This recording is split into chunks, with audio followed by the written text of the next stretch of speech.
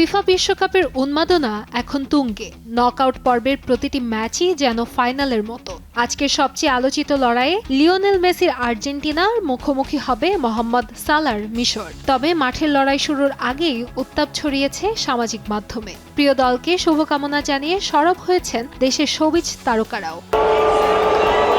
বিশ্বকাপের শুরু থেকেই যুক্তরাষ্ট্রের গ্যালারিতে বসে খেলা উপভোগ করছেন অভিনেত্রী মেহজাবিন চৌধুরী। ব্রাজিল বিদায়ের আগে মজার ছলে লিখেছিলেন, ব্রাজিলকে দু একটা ফুটবলের টিপস দিতে এলাম। সেই সঙ্গে গর্ব করেই জানিয়েছেন তিনি আর্জেন্টিনার সমর্থক। অন্যদিকে অভিনেত্রী নাদিয়া আহমেদও শেষ 16য় ওঠায় শুভেচ্ছা জানিয়েছেন আর্জেন্টিনাকে। তার বিশ্বাস, শেষ ম্যাচে যেমন মেসির গোল ছিল দারুণ, তেমনই শেষ হাসিটাও যেন আর্জেন্টিনাই হাসে।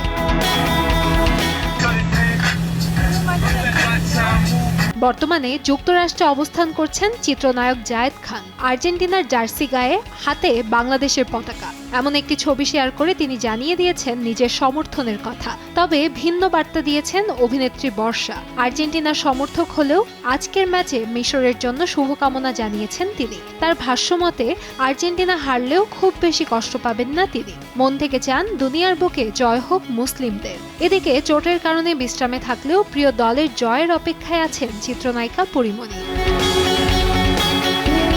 নকআউট পর্ব মানে বিদায়ের শঙ্কা। সেই আবহে স্পেনের জার্সি পরে বন্ধুদের সঙ্গে ছবি ভাগ করে নিয়েছেন অভিনেতা সিয়াম আহমেদ। ছোট পর্দার জনপ্রিয় অভিনেতা তৌসিফ মাহবুবও জার্সি গায়ে জানিয়ে দিয়েছেন নিজের সমর্থনের কথা। আর ফুটবলের শুরু থেকে আর্জেন্টিনার জার্সিতে নিয়মিত ছবি প্রকাশ করছেন নিলয় আলমগীর।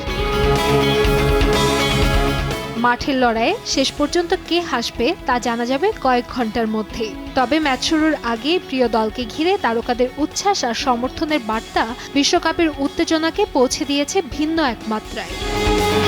কান্তাময়ী স্নেহা, সময় সংবাদ, ঢাকা।